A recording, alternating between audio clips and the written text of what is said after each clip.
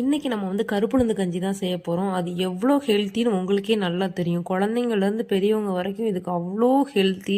எலும்புக்கும் சரி, நம்மளோட வெயிட் கெயினுக்கும் சரி ரொம்பவே ஹெல்த்தி. ஃபஸ்ட்டு கருப்புளுந்தை நல்லா ஃப்ரை பண்ணி எடுத்துக்கலாம். லைட்டாக கலர் மாறினா மட்டும் போதும். 1 கப்பு உளுந்துக்கு 1/2 கப் அரிசி சேர்த்துக்கலாம், அல்லது 1/4 கப் அரிசி கூட சேர்த்துக்கலாம். நான் இன்னைக்கு 1/4 கப் அரிசி தான் சேர்த்துருக்கேன். இது நல்லா ஃப்ரை ஆனதுக்கப்புறம் மிக்ஸி ஜாரில் கொட்டிக்கலாம். அதுக்கப்புறம் ரைஸ் ஒரு 1/4 கப் எடுத்திருக்கேன். அதையும் கொஞ்சம் ஃப்ரை பண்ணிக்கலாம். கலர் சேஞ்ச் ஆகக்கூடாது. அது கொஞ்சம் பொரியரிசி மாதிரி வரும், அதை பார்த்தாலே தெரியும். அதையும் மிக்ஸி ஜாரில் கொட்டிக்கலாம். இதை வந்து கொரகொரப்பாக அரைச்சி எடுத்துக்கணும். ஒரு குக்கரில் வந்து 6 டம்ளர் தண்ணி ஊற்றிக்கலாம்.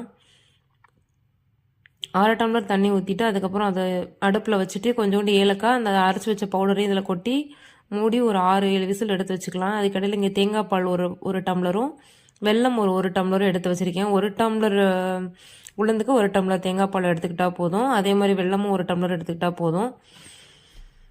இது ரெண்டையும் கொட்டி நல்லா மிக்ஸ் பண்ணோனையும் நெய் விட்டு இறக்கினா உளுந்து கஞ்சி ரெடி.